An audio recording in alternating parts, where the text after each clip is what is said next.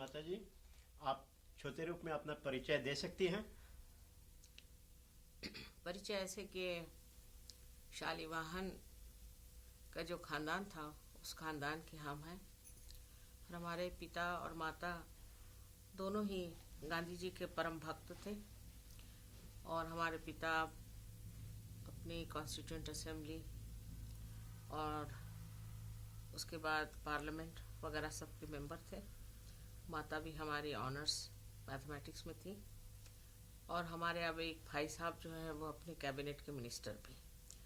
लेकिन असल में आध्यात्मिक रूप से हमारे माता पिता हमें पहचानते थे कि हमें कोई विशेष बात है और हमारा विवाह हो गया। नहीं तो हम मेडिकल कॉलेज में पढ़ते थे लाहौर में, और लाहौर में गड़बड़ी शुरू हो गई तो हमारा विवाह हो गया। और जिनसे विवाह हुआ वो भी एक बहुत प्रसिद्ध व्यक्ति हैं, उनका नाम है डॉक्टर सीपी श्रीवास्तव। बाद में वो जा कर के लंदन में स्थित एक यूएन की एक संस्था है जिसको कि आईएमओ कहते हैं, इंटरनेशनल मैरीटाइम ऑर्गेनाइजेशन, उसके सेक्रेटरी जनरल चुन गए। 134 नेशंस ने उनको चुना। वो हमारे पति हैं और फिर उन्होंने रिटायरमेंट ले ली। हमारे 2 बच्चे हैं और एक लड़की जो है उसका बिहार में ब्याह हुआ है, वो राजेंद्र बाबू के रिश्तेदार हैं। अच्छा, ज़्यादातर हम देखते हैं कि भारत से आते हैं योगी महर्षि लोग, ज़्यादातर ये पुरुष हैं। आप अकेली एक महिला हैं, आप ये इस बात को विशेष देखते हैं भी? हाँ, क्योंकि ये कार्य महिला ही कर सकती है, पुरुषों के बस का नहीं। श्री राम आए तो वनवास चले गए, श्री कृष्ण आए तो वो थोड़े दिन में वो भी खत्म हो गए। उसके बाद में उनको जब गुस्सा आता था तो वो अपना सुदर्शन चक्र चलाते थे। ईसा मसीह आए तो वो क्रूस पे लटक गए। मोहम्मद साहब आए तो उनको जहर दे दिया। इस प्रकार जो एक बच्चों को संभालने की सूझबूझ है वो तो माँ को ही आ सकती है। और जिसे हम कहते हैं कि धैर्य, इसके अलावा बच्चों के साथ जो सबूरी से रहना चाहिए वो तो माँ ही जान सकती। अच्छा, आपके इन दिनों क्या क्या कार्य हैं? इन दोनों यही हम करते हैं कि हर एक देश में जाना और वहाँ पर सहज के बारे में बताना। और आजकल के ज़माने में ऐसा कोई विशेष स्वरूप आ गया है कि हर एक देश में हजारों की तादाद में लोग परमात्मा को खोज रहे हैं। वो चाहे परमात्मा को खोजे, चाहे वो सत्य को खोजे, बातें तो उनको राह दिखाने वाला कोई नहीं। सब लोग उनके, सबको मालूम है कि ऐसा बाजार लग गया है, मार्केट हो गया, तो सब पैसे बनाने पे लगे हुए हैं। असलियत बात यह है कि असलियत पाने के लिए आप कुछ नहीं पैसा ऐसा दे सकते, उसको आप खरीद नहीं सकते। ये आपके अंदर की शक्ति है जो जागरूक करती है। अच्छा, हम तो कर्म योग जानते हैं, ज्ञान योग, भक्ति योग, तंत्र योग। आपने सहज योग का नाम लिया है, इसकी क्या विशेषता है? इसकी विशेषता ये कि सब योगों का ये तत्व है। कर्मयोग, कृष्ण ने कहा कि आप अपना कर्म करो, पर कृष्ण जो थे वो डिप्लोमैट थे, सीधी बात नहीं करी। उन्होंने सोचा कि ये सब टेढ़े दिमाग के हैं तो टेढ़ी उंगली चलानी चाहिए। तो उन्होंने जो बात आपसे कही कर्मयोग की, उसमें एक खास बात उन्होंने कही कि कर्मण्येवाधिकारस्ते फलेषु मा कदाचिन। एक बात तो ये कह दी कि कर्म हम कर सकते हैं, फल की अपेक्षा नहीं कर सकते। और दूसरा उन्होंने कहा कि जो भी कर्म करो वो मुझे आप समर्पित करो। ये हम कर नहीं सकते क्योंकि हमारे अंदर अहंकार है। हम कोई भी कर्म करते हैं तो ये नहीं सोचते कि ये परमात्मा पे छोड़ दिया जाए। कल कोई मर्डर करेगा वो भी परमात्मा पे छोड़ देगा। उसमें ही एक खूबी है कि मतलब ये कि आप परमात्मा से पहले संबंधित हो जाओ, उसके बाद आप यही कहेंगे, कुछ कर्म ऐसा ही करेंगे कि जो अकर्म हो जाएगा। आप कुछ भी करेंगे आपको लगेगा नहीं कुछ आप कुछ कर रहे हैं, हो रहा है। ये जब स्थिति आए, इस स्थिति पर उन्होंने बात की थी। पर और भक्ति पर भी उन्होंने कहा कि पुष्पम फलम तोयम, जो भी हमें दो हम ले लें, पर देंगे क्या, इस पर ही उनकी खूबियां हैं। उन्होंने ये कहा कि देने के वक्त में कि संस्कृतमध्ये शब्द माहिती आहे मलाही मराठीत सोचना पड़ता है कभी कभी हिंदी भाषा अ, जो भी जरा सा बंद कर हाँ। दीजिए ये दिमाग में आ जाए। हाँ, लेकिन इतना विस्तार पूर्वक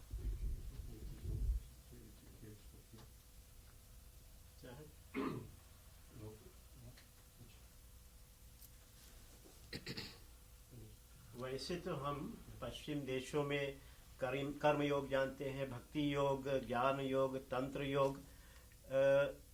ये सहज योग का नाम आपने लिया है, इसकी क्या विशेषता है? इसकी विशेषता है कि सब जितने भी योग हैं सब इसमें अंतर्हित है।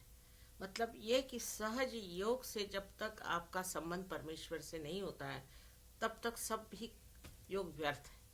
उसमें से कर्म योग कृष्ण ने बनाया, भक्ति योग बनाया, ये दोनों हैं। उसमें उन्होंने इशारा किया है कि तुम्हारा मुझसे संबंध होना चाहिए। पहले कहा कि तुम जो कार्य करो मुझ पर छोड़ो, वो हम छोड़ नहीं सकते, ये सहयोग के बाद होता है। फिर दूसरी बात उन्होंने भक्ति कही कि अनन्य भक्ति माने जब दूसरा कोई नहीं होता, ये भी सहयोग के बाद ही हो सकता है। क्योंकि जब तक आपका उनसे संबंध नहीं होता है तो आप कोई सा भी कर्म करें वो आप अपने ही ऊपर लेंगे। फिर तंत्र योग जो है, तो तंत्र योग जो है उसमें हम भी तंत्र ही इस्तेमाल करते हैं। तंत्र माने ये कि हमारे अंदर जो मैकेनिज्म है उसको तंत्र कहते हैं, तो उसी मैकेनिज्म को इस्तेमाल हम करते हैं। पर जो तांत्रिक होते हैं उनको इसके बारे में कुछ मालूमात नहीं और वो सब गलत सलत काम करते रहते हैं। हम तांत्रिक नहीं हैं, पर हम तंत्र विद्या में बात कर रहे हैं, क्योंकि चक्रों की बात है, उसके जो 3 चैनल्स हैं उनकी बातें हैं। अब इस पर किसी ने लिखा नहीं, ये बात तो नहीं, सबने कहा है सहज समाधि लागो। किसने कहा? आप जानते होंगे कि जो कहा गया है गुरु नानक हाँ, गुरु नानक ने Kabir has said it and also Guru Nanak ने तो बहुत कुछ कहा, लेकिन कबीर ने इस पे कहा कि ईड़ा पिंगला सुख मन नाड़ी रे, ईड़ा पिंगला सुख मन नाड़ी रे, शून्य शिखर पर अनहद बाजी रे। सब बात अनहद। अब अनहद जो है वो स्पंद करके आपके आदि शंकराचार्य ने कहा। तो ये जो सबने जो बातें कही हैं उसका पूरा अनुभव, उसका पूरा निवेदन, एक्सप्लेनेशन आपको सहयोग के बाद होता है। जब तक आपका संबंध नहीं हुआ, समझ लीजिए टेलीफोन में आपका संबंध नहीं है, कनेक्शन नहीं, आप किसको फोन करे जा रहे हैं?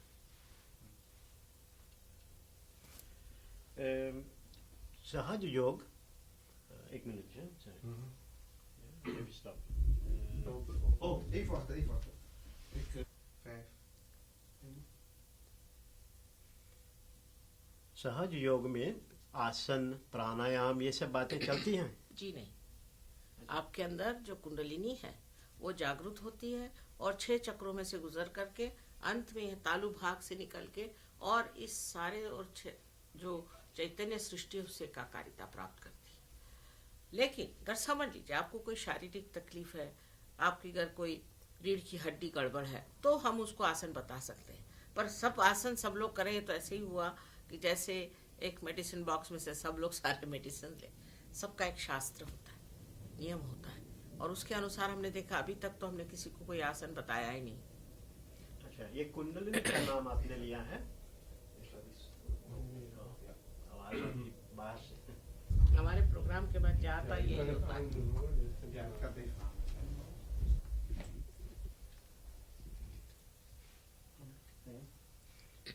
तो साधक क्या करता है जो आसन नहीं लेता या प्राणायाम नहीं करता? सहज है ना, उसमें कुछ करना नहीं, उसमें रमना है। असल में जैसे एक बीज को आप बो देते हैं तो ये पृथ्वी माता उसमें से अंकुर निकाल करके उसका वृक्ष बना देती है। इसी प्रकार कि आपके जो बीज है उसमें ये कुंडलिनी एक समझ लीजिए अंकुर स्वरूप है और वो जागृत हो जाती है। हो जाने के बाद वो अपने आप अपना रास्ता ढूंढती है और जब आप कुछ करने लग जाते हैं तब आप में बैलेंस आ जाता है। कुछ करना नहीं, पर निर्विचारिता में उतरना चाहिए। ये पहली स्थिति निर्विचारिता की है जो आप प्राप्त कर सकते हैं।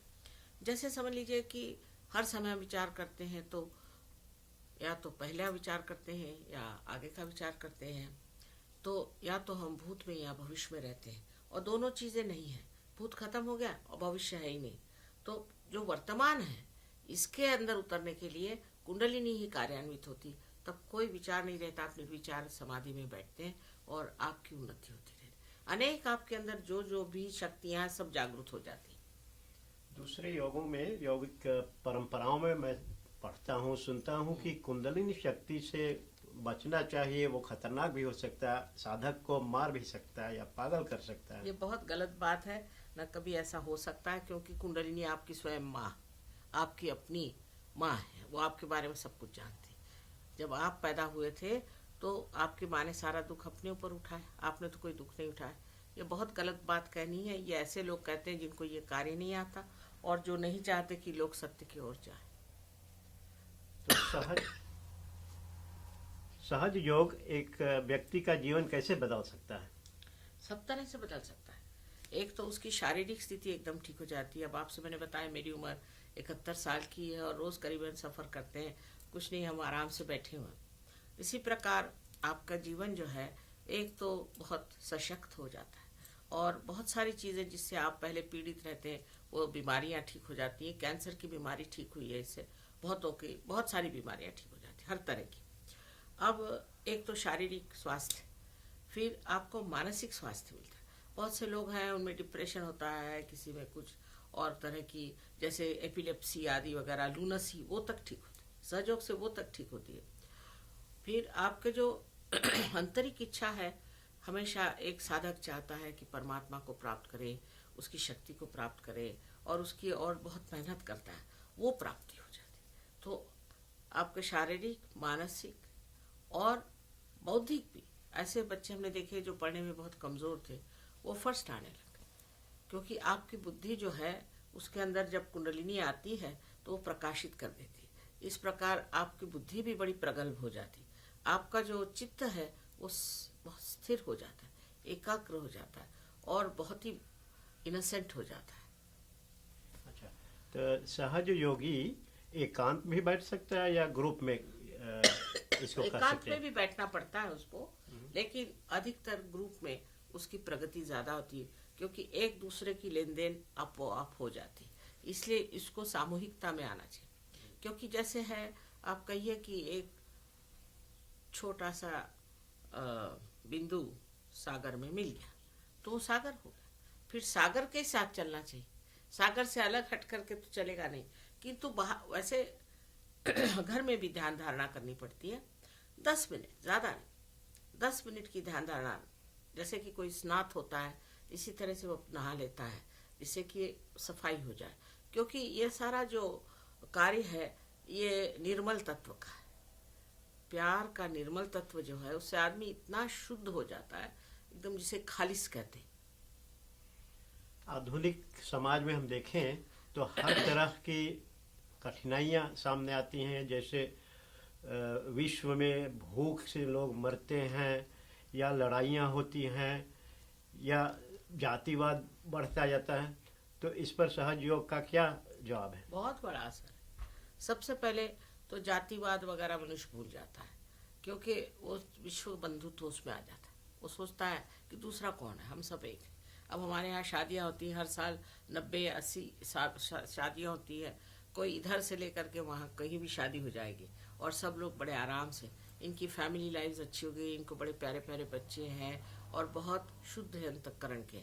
इन्होंने ड्रग्स छोड़ दी, शराब छोड़ दी, सिगरेट छोड़ दी, मैंने कुछ नहीं कहा, अपने आप ही सब छूट जाता है। जैसे कि हाथ में कोई सांप अंधेरे में लेके बैठे और जैसा दिया आ जाए उसे छोड़ देता है, इस तरह से ये लोग बिल्कुल शुद्ध हो करके बैठ गए। तो ये एक मनुष्य ही से सारे प्रश्न है ना, आपके राजकीय हैं, आपके जितने भी प्रश्न हैं संसार के, वो मनुष्य की वजह से। जिस वक्त में मनुष्य ठीक हो जाएगा तो सब प्रश्न ठीक हो जाएंगे। लेकिन कठिनाइयाँ इतनी बड़ी हैं। और सहज योग, मैं अपने बारे कहूँ तो कल ही सुना। नहीं तो पता नहीं क्यों आप अनभिज्ञ रहे। ये बहुत पुराना शब्द है बहुत पुरानी ये है, लेकिन पहले इसको ज़रा सा गुप्त रखा जाता था, इसलिए आपने नहीं सुना होगा। पर ये चीज़ सहज का मतलब तो ये है कि जो सहज, ऐसे भी आप हिंदी में समझते हैं सहज, पर सहज माने आपके साथ पैदा हुआ, ये योग का अधिकार आपका है, इसे आपको प्राप्त करना है। सहज हम समझते हैं अपनी भाषा में हाँ, कि सहज आसान। आसान, वही बात बस। अच्छा। और समाज में भी कठिनाइयां हैं, हर तरह की समस्याएं हैं, जैसे लोग पागल हो जाते हैं। यहाँ पश्चिम देशों में बहुत दौड़ते हैं, भौतिकता भौतिकता बहुत है। या और हर तरह की फैमिली प्रॉब्लम्स है, छुट्टी छुट्टा हो जाते हैं पति पत्नी में। अब तो नया एक समझ लीजिए कि नई रेस तैयार हो रही है, एक नए तरह के लोग जो ये सब चीज़ों से परे हैं। ना तो फैमिली के प्रॉब्लम्स है, ना ही उनके सोसाइटी के प्रॉब्लम्स है, ना ही किसी चीज़ के, क्योंकि मनुष्य ही ये सब प्रॉब्लम करता है। एक एक घटक, अगर मनुष्य ठीक हो जाए और वो सब एक घटक हो जाए तो प्रश्न क्या रह जाएगा। अब हमारे यहाँ देखिए 65 देशों में, अलग अलग देशों में ये कार्य हो रहा है, और ये लोग मिलते हैं जब 4-4, 5-5 हजार लोग, कभी मैंने इनको झगड़ा करते नहीं देखा, कभी मैंने कोई आर्गुमेंट करते नहीं देखा। हाँ, एक दूसरे को चुगल जरूर है, लेकिन वो तो यही मजाक के लिए, सब आनंद में रहते हैं बिल्कुल। अच्छा, आप नारी हैं, औरत हैं, आप हमारी बहनों के प्रति कुछ संदेश दे सकती हैं जो अपने हक पर इस समय आगे चल रहे हैं। नारियों के लिए संदेश ये है कि हमारे संस्कृति ने नारियों पे बहुत बोझा डाला। उन्होंने धर्म को संभाला, उन्होंने अपने घरों को संभाला, अपने बच्चों को संभाला, अपने पतियों को संभाला है। उससे आज भी हम कह सकते हैं कि जैसा समाज हिंदुस्तान में है वो कहीं आपको नहीं मिले। फिर वो चाहे मुसलमान, हिंदू, ईसाई, कोई भी हिंदुस्तान के सिख लोग हैं, उनके भी यहाँ अमन शांति है, वो औरतों ने बना रखी। ये औरतों का कार्य है। औरत जो है ये पृथ्वी तत्व के जैसी होती है, जो सब चीज़ को बर्दाश्त करके भी फिर से उसको प्लावित करती है। और मनुष्य जो है वो सूर्य के जैसा, तो सूर्य का ताप सहन करना और उस ताप से दूसरी चीज़ों को उत्पन्न करना, ये सारा कार्य पृथ्वी तत्व करती है। इसी तरह स्त्री बहुत शक्तिशालिनी है, और हिंदुस्तान की स्त्री को तो लोग बहुत ही शक्तिशालिनी समझते हैं। यहाँ तक कि कहा जाता है कि यत्र नार्या पूज्यन्ते तत्र रमन्ते देवता, जहाँ नारी पूजनीय हो और पूजी जाए वहीं देवता बैठते हैं। अच्छा, लेकिन हम यहाँ पश्चिम देशों में आकर हम हिंदुस्तानी कुछ अपनी संस्कृति छोड़ते जाते हैं। वो सब जगह हो रहा है। हाँ, इस पर आपका क्या मत है?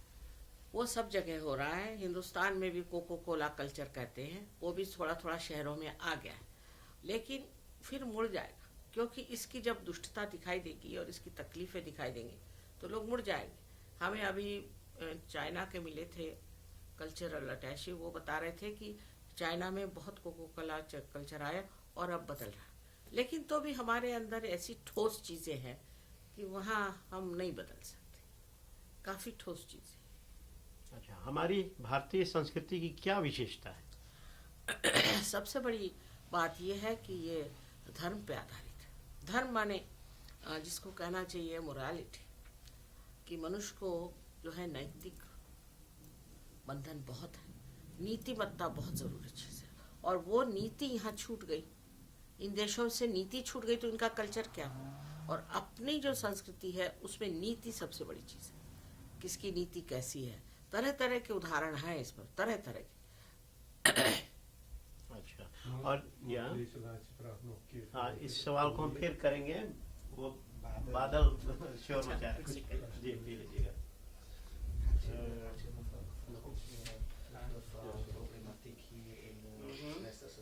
Ja,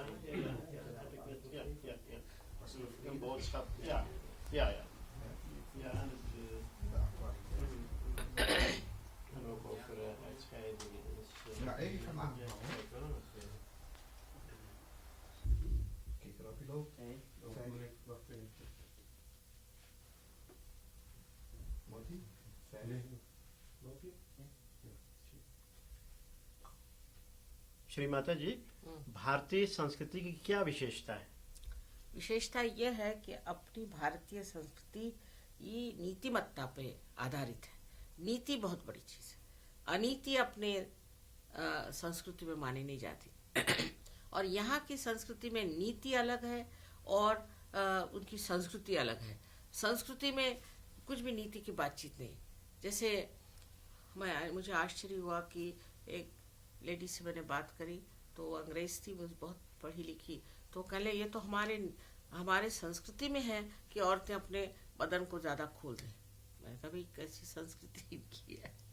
तो इस प्रकार इनकी संस्कृति में नीति नहीं। पहली चीज जिसमें नीति नहीं है वो क्या संस्कृति होगी। इसलिए हिंदुस्तानियों को चाहिए कि अपनी नीति को जकड़ के रखें और अपनी संस्कृति को जकड़ के रखें, क्योंकि बाद में सभी लोग उसमें आने वाले हैं, तो क्यों बह जाए। अब ये लोग हैं, देखिए, बिल्कुल हिंदुस्तानी नीति पर चल अपने आप से, क्योंकि आत्मा का उसमें अंश है, आत्मा का प्रकाश उसमें हमारी संस्कृति बनती। हमारी संस्कृति आई है जो बड़े बड़े अपने यहाँ दृष्टा हो गए, बड़े बड़े संत साधु असली वाले, उनसे आई हुई ये संस्कृति है। और इनकी संस्कृति आई कहाँ से? ईसा मसीह ने जो बातें कही वो तो उसके छदाम भर भी ये लोग नहीं काम कर सकते। उन्होंने जो बात कही है वो सब सजयोगियों का वर्णन है कि तुम्हारे आँख में भी ऐसे भाव नहीं होना चाहिए कि जिससे कोई आप दूषित भाव से किसी की ओर देखे। इतनी बारीकी तक वो पहुंच गए। और ये यही लोग हैं ईसाई लोग, उनको क्या मालूम। फिर भी हम देखते हैं कि ये पश्चिमी देशों में गोरे जात भारतीय आध्यात्मिकता की ओर बढ़ते हैं। ये आपको कैसा लगता है? इसलिए बात ये कि हमारे हिंदुस्तान की ये सोचते हैं कि हम तो सब जानते हैं, लेकिन ये लोग नहीं, ये सोचते हैं कि हम तो डूब रहे हैं और हमारा सहारा यही एक अध्यात्म। और अध्यात्म में वो कुछ भी करके बेचारा आना चाहते हैं। इसमें बहुत खो भी गए, क्योंकि हमारे देश से भी एक से एक बिलंदर लोग आए, काफ़ी लूटा इनको, बहुत सताया। लेकिन मैं देखती हूँ कि ये जितने गहरे उतरते हैं, जितने गहराई से सजों को पकड़ते हैं, हिंदुस्तान के भी पकड़ते हैं, पर बाहर के नहीं। बाहर के हिंदुस्तानी नहीं इतने जोर से पकड़ते सजों को। ये बड़ी क्या बात है, पता नहीं मुझे। अच्छा, एक अंतिम सवाल आपसे पूछता हूँ। कहीं मैंने पढ़ा है कि आपको लोग अवतार मानते हैं। आप अपने को खुद कैसे देखती हैं? हम बताएंगे नहीं। हम बताना नहीं चाहते। कुछ तो हम हैं ही, उसके बगैर थोड़ी कार्य हो रहा। लेकिन बात यह है कि अगर आप कुछ बताएं कि हम ये हैं वो हैं, तो लोग मारने को दौड़ते। मुझे मरना नहीं है। ईसा मसीह ने कहा कि मैं ईश्वर का पुत्र हूँ, इस बात सही थी, उसको क्रूसीफाई कर दिया। मोहम्मद साहब को जहर दे दिया। अपने यहाँ सारे संतों को छल छल के मार डाला। अब आपके बिहार में मैं कहूँ कबीर हो गए, बुद्ध हो गए। मैंने बिहार जगह कैसी, मतलब जैनियों के महावीर हो गए और वहाँ पीर हो गए, सब हो गए। लेकिन उन्होंने कहा कि कबीर ने सुरती कहा है कुंडलिनी को, तो वहाँ सुरती तंबाकू को कहते। बताइए अब क्या कहा जाए। जो उनके बातचीत का, उनके कहने का, उनके उपदेशों का जो विपर्यास कर दिया, और जिस तरह से हमने अपने सबको बिगाड़ लिया है, तो बेहतर है कि अभी हम कुछ न कहें। हम कहें आप पहले पार हो जाओ, फिर सूक्ष्म दृष्टि से आप जानो हम क्या है। कहने की कोई जरूरत नहीं, हमें क्या जरूरत है। हम एक स्त्री हैं, माँ है, इतना सब। धन्यवाद।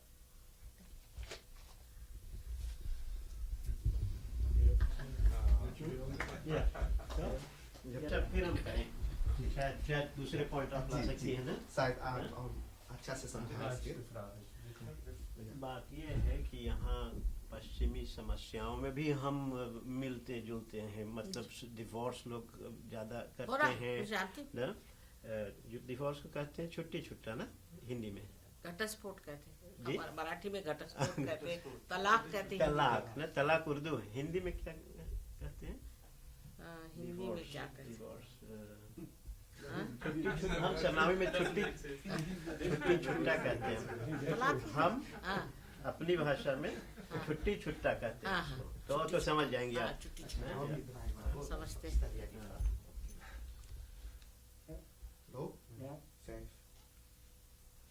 हमारे लोग सूरीनाम से यहाँ आए इस देश में, हॉलैंड में, तो यहाँ की समस्याओं में भी वो मिलते उलझ हैं। गए। हाँ, उलझ गए हैं। जैसे छुट्टी छुट्टा ज़्यादा होती हैं और यहाँ का स्ट्रेस जो बढ़ता जाता है, लोग भौतिकता के पीछे दौड़ते हैं। इस पर आपका क्या संदेश है?